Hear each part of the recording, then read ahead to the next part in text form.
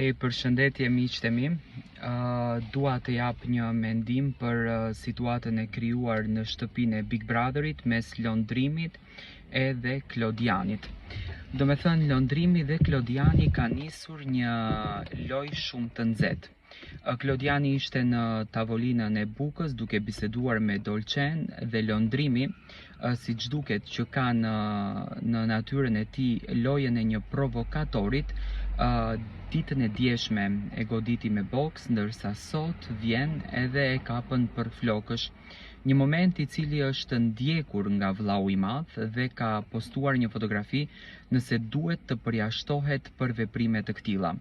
Unë mendoj që nuk duhet shikuar loja me kaq urrëtie. E shoh pak Londrimin se e ka marrë me shumë inat dhe me mlef këtë situatë, do me thënë dëshiron vetëm ai të jetë në qendër të vëmendjes. E shoh një lloj imitimi të gjestit, por gjesti nuk luante në këtë formë, do thënë nuk kapte banorët për flokësh, nuk godiste banorët.